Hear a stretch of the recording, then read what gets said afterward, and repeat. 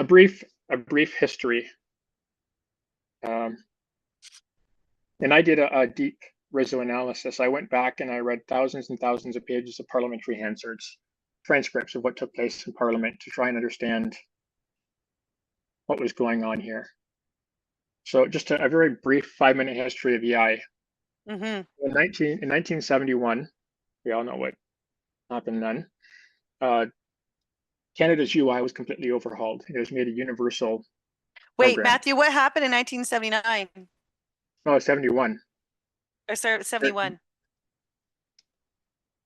The beginning of what ended up being Trio Senior. Mm-hmm. Um, The beginning of the yeah. end. Yes, the overthrow of our Mm-hmm. what little freedom we had left in our country. So he socialized the UI program. So you could quit, you could punch your boss in the face. It didn't matter. You got full EI.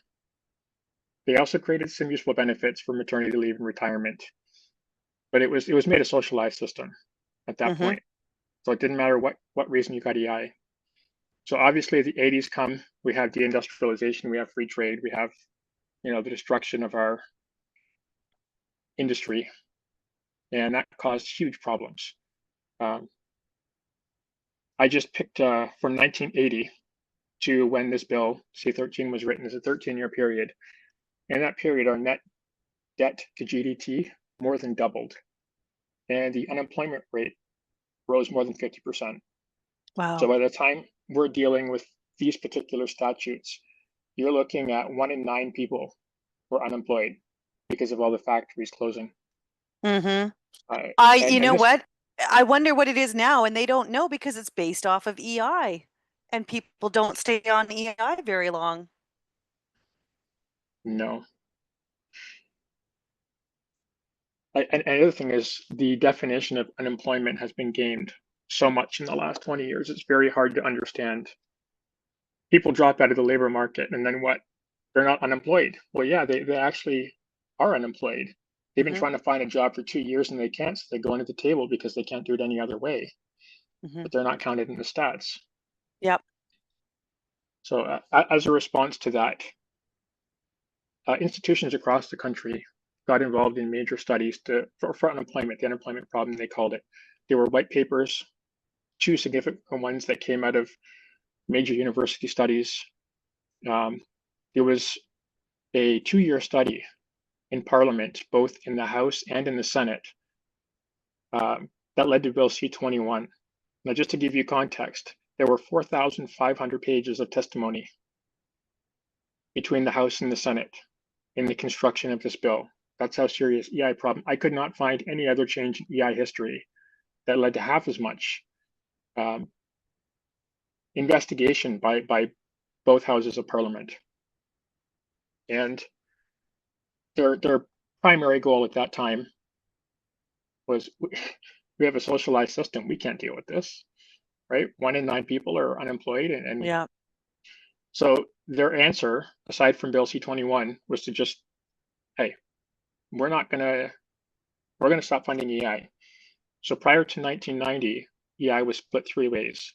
It was the employer, the employee, and it came out of the operating budget for the year from the federal government. They withdrew that.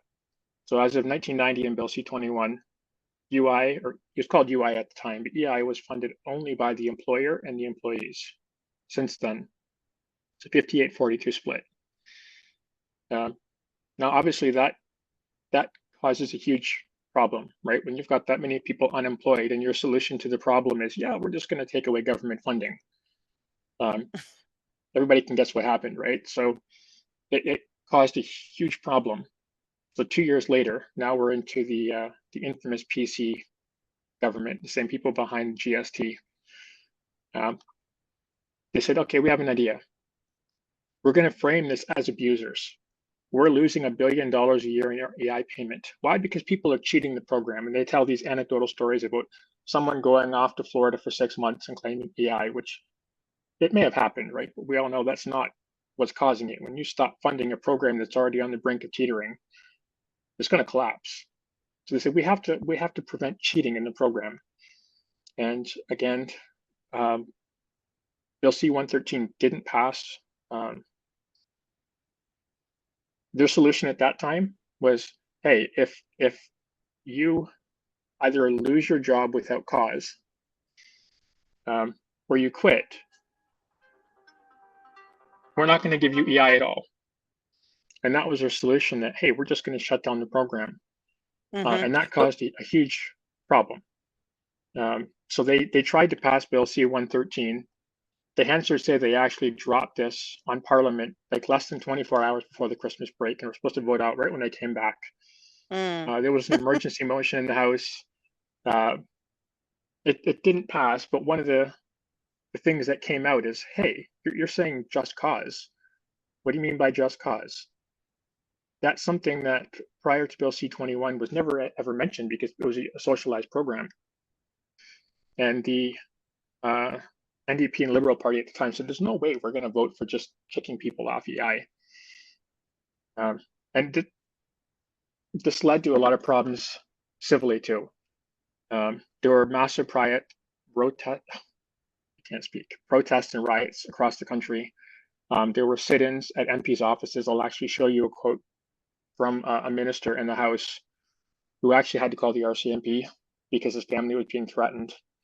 6 times in the House, it was mentioned that this specific change, that we're just going to call people not having cause and deny you EI, it caused problems.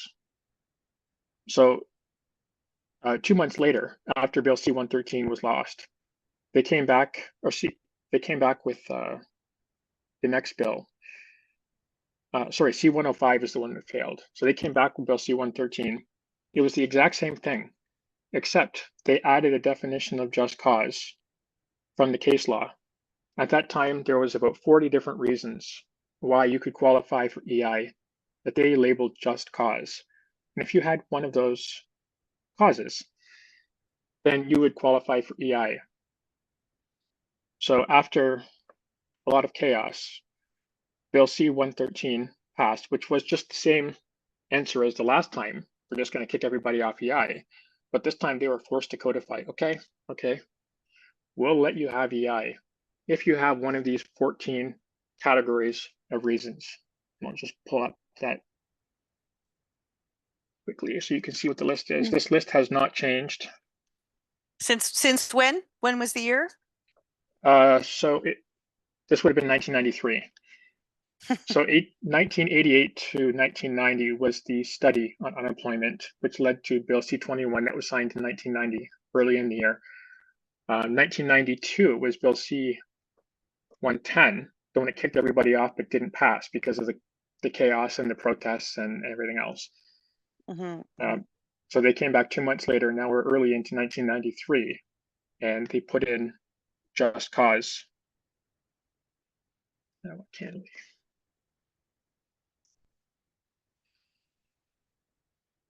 So that's go ahead. No, I was just thinking that what you were saying earlier about the when they created these social programs under Trudeau Senior, and then realized, oh shit, this isn't sustainable.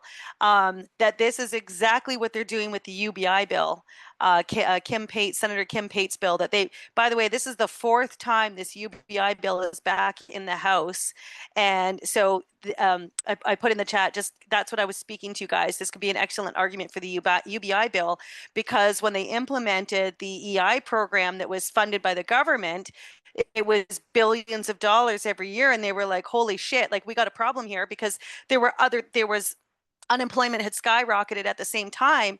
And this idea of a UBI bill sounds great, but how the hell do you sustain that, right?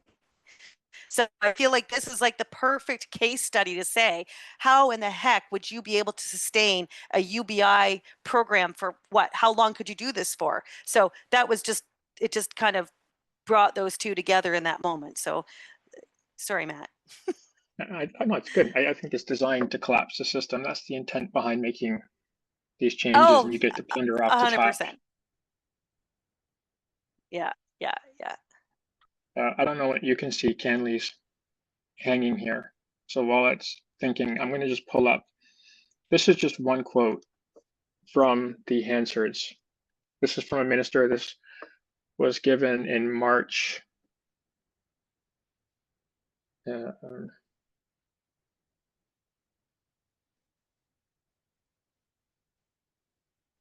you seeing the Word document right now?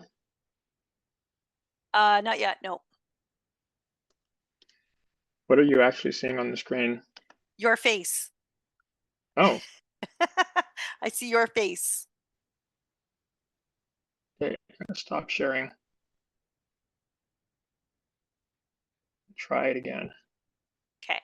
Oh, Kat said she saw a doc. I didn't, so maybe it's me.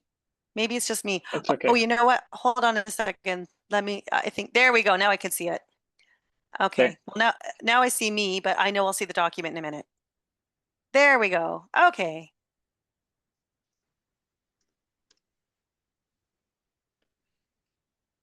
So this came from MP Vincent Delanos, who was the parliamentary secretary for immigration and multiculturalism. Back at that time, there was Sorry, actually a joint. What party was he? He would have been PC party, PC? Oh, active yeah, in okay. government. Okay. And back at the time, employment and immigration were part of the same Mhm. section, the same reporting structure up to the cabinet. So you'll see a lot of crossover when you start reading their names between immigration and employment. A lot of them are sharing files and going back and forth. So this was actually shocking to me when I saw this, because you hear people complaining about riots, 50,000 people in minus 25-degree weather, protesting the fact that EI is being taken away from people who justly deserved it. I'll just read the underlined parts here. As you know, almost all of our members' offices were invaded today. They have taken over our writing offices and are deciding for themselves when they will arrive and how long they will leave. I've just spoken with the police and received confirmation that there were violence and arrests. There have even been threats against our home and our families. When families are affected because of a bill, we realize that members are no longer free to act in the House of Commons. Uh, and then he ended with this. To these people, Oh, I say, watch out. Do not dare cross the threshold of my house, just in case. To be sure, my family is not responsible for this bill. I just also want to say that it says groups are now dictating to the government what to do. And that's exactly what people should do, because under the British North American Act, we are not a democracy. It's a representative government. And the job of every single MP in that house, by law, written in law, still operational, still in force and effect, is to represent the people. So, guys, you see how long this idea that they are above us has been going on? It's been going on forever.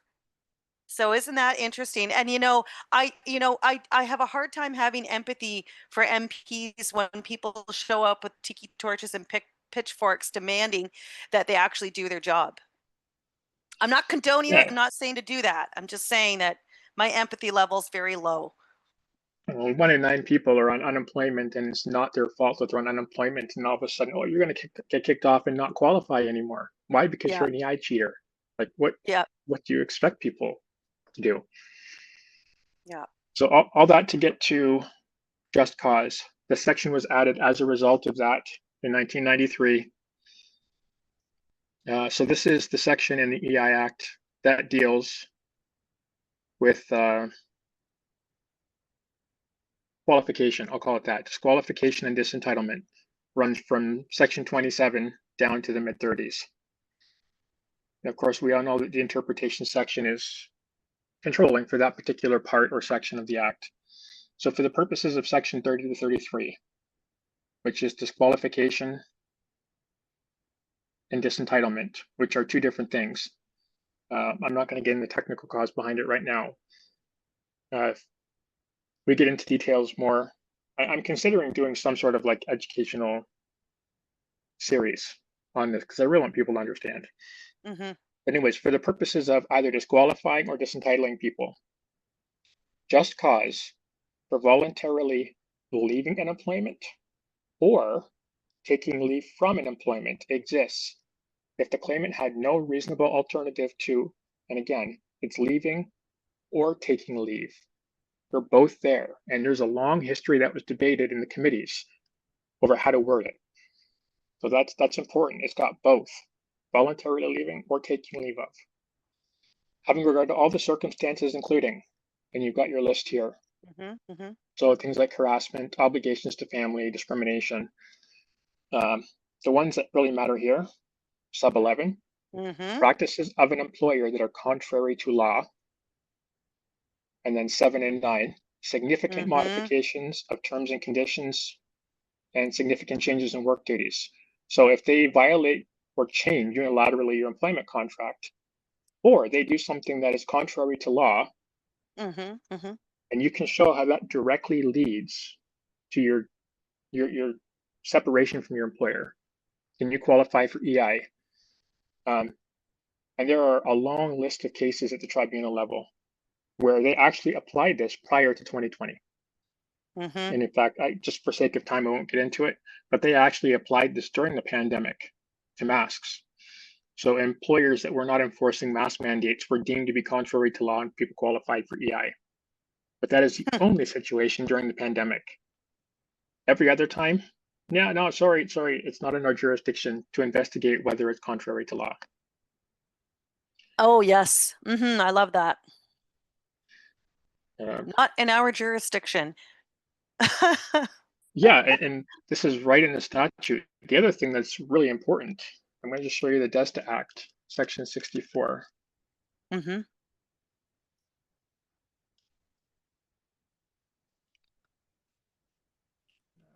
I want to avoid Canley because it always takes a lot of memory. It does. I find these acts can really chug up the machine.